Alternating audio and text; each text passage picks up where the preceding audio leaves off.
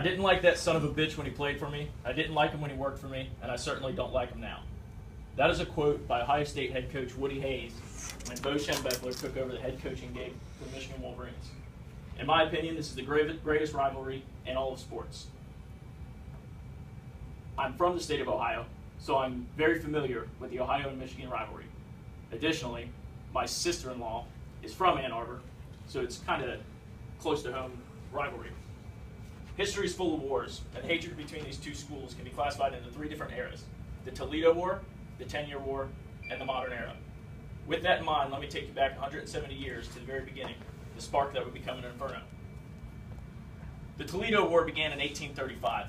It was a bloodless territorial dispute over the Toledo Strip, which is in northern Ohio and southern Michigan at the time, regarding statehood for Michigan. There were two different surveys done, each one differentiating which part of whether the Toledo Strip was in Michigan or Ohio. At the time, Ohio was a state, and they refused to cede that territory over to Michigan.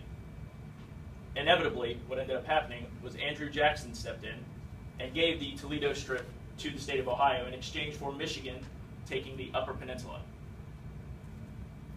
When the Toledo War was still recent history, Ohio State University and the University of Michigan first met on the football field in 1897. That began a long and bitter rivalry. Later on in that rivalry began the 10-Year War, which was the most intense segment of that rivalry. The head coach of Ohio State at the time was Woody Hayes. The head coach of Michigan, Bo Schembechler, both people I mentioned earlier in the quotes. Bo Schembechler originally started his football career as a player at the University of Miami. Woody Hayes was the coach.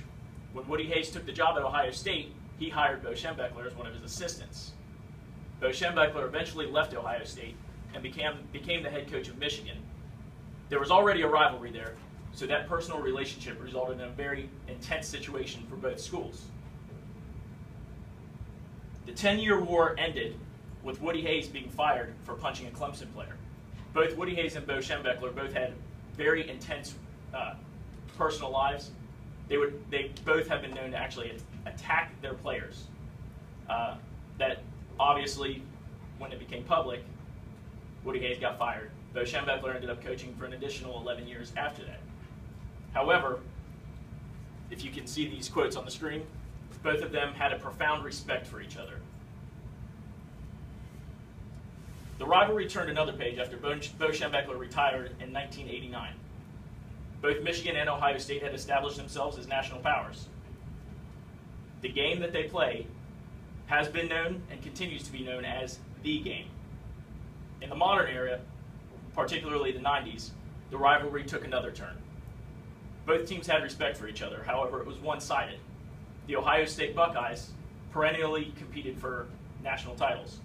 However, Michigan, who was the underdog for most of those games, particularly in 1993, 1995, and 1996, upset Ohio State, ending their national title hopes. It has reached a new head in 2013 when Ohio State and Michigan met on the field, both of them very highly touted teams. 3 players were ejected after a team brawl.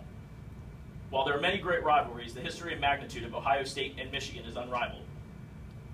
Beginning in 1836 with a feud between Ohio and Michigan, this rivalry was born with the destiny of being the greatest in all of sports. Throughout the Toledo War, Woody Hayes and Bo Schembechler's 10-Year War, and the modern era of gridiron classics, it has persevered through multiple centuries and shows no sign of ever slowing down.